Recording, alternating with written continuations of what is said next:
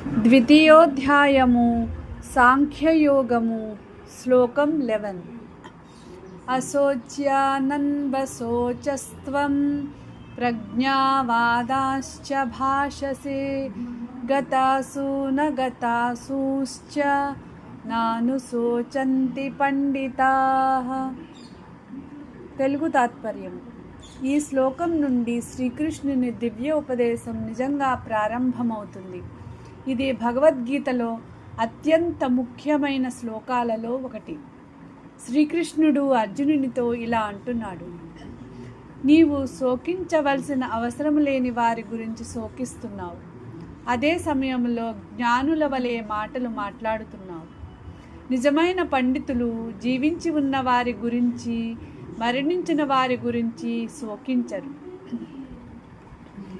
ఇక్కడ అశోచ్యాస్ అంటే శోకించనవసరం లేని వారు. ఆత్మ శాశ్వతమైనది. అది జన్మించదు, మరణించదు. శరీరం మాత్రమే పుడుతుంది, పెరుగుతుంది, వృద్ధాప్యానికి చేరుతుంది, చివరకు నశిస్తుంది. కానీ ఆత్మకు నాశనం లేదు. అర్జునుడు శరీరాన్ని నిజమైన స్వరూపంగా భావించి దుఃఖిస్తున్నాడు.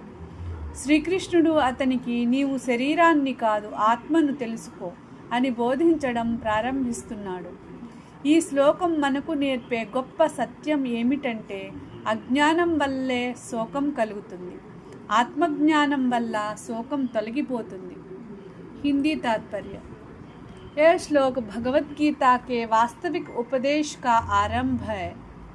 श्री कृष्ण अर्जुन से कहते हैं, तुम उन लोगों के लिए शोक कर रहे हो जिनके लिए शोक करना उचित नहीं है, फिर भी ज्ञानियों जैसी बातें कर रहे हो. बुद्धिमान व्यक्ति न जीवितों के लिए शोक करता है और न मृतकों के लिए. यह भगवान बताते हैं कि आत्मा न जन्म लेती है न मरती है, केवल शरीर नश्वर है. इसलिए जो आत्मा के सत्य को जानता है वह मृत्यु को अंतिम सत्य नहीं मानता. शोक का कारण अज्ञान है और आत्मज्ञान ही उसका निवारण है. English meaning. Lord Krishna said, you were grieved for those who should not be grieved for, yet you speak words of wisdom. The truly wise don't lament for the living or the dead.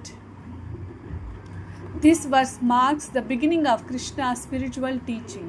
He points out that Arjuna's sorrow is based on identifying the person with the physical body rather than the eternal self.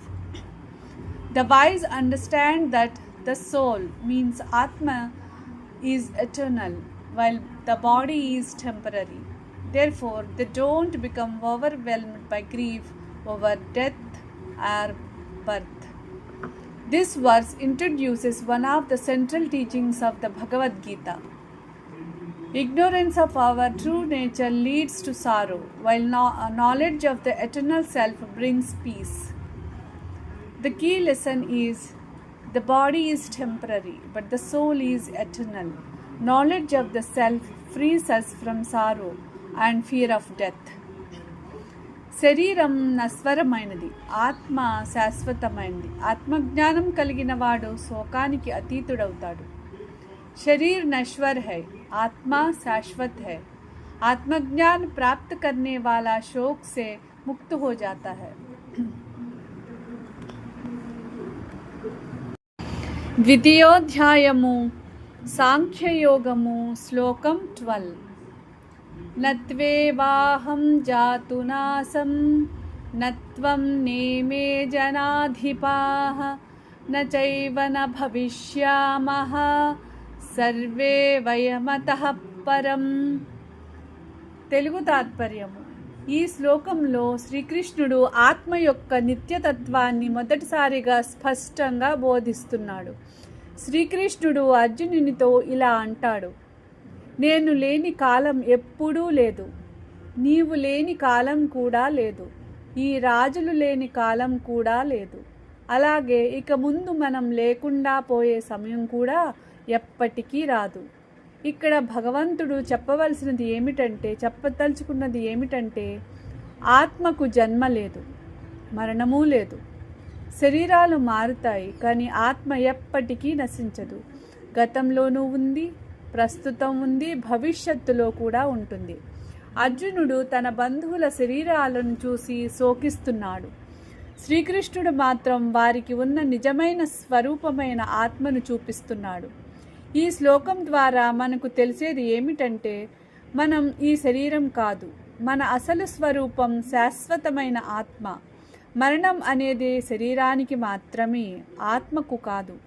అందువల్ల జననం మరియు మరణం గురించి అధికంగా శోకించడం జ్ఞానం కాదు. हिंदी तात्पर्य। इस श्लोक में भगवान श्री कृष्ण आत्मा की शाश्वतता का उपदेश देते हैं।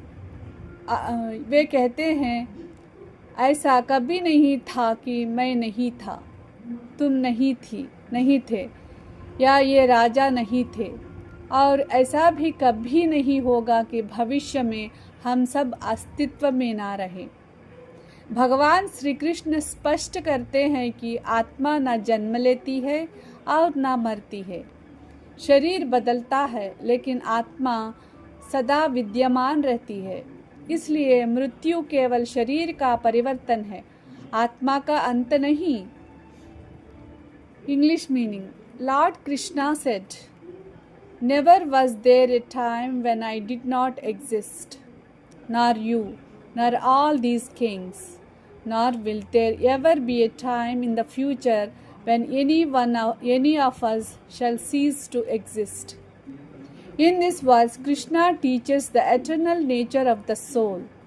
The physical body is temporary, but the Atma is everlasting. It exists in the past, present, and future.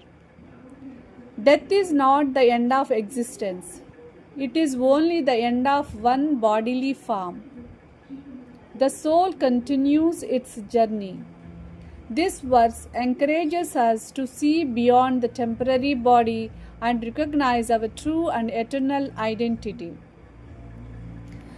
The key lesson is our true identity is the eternal soul.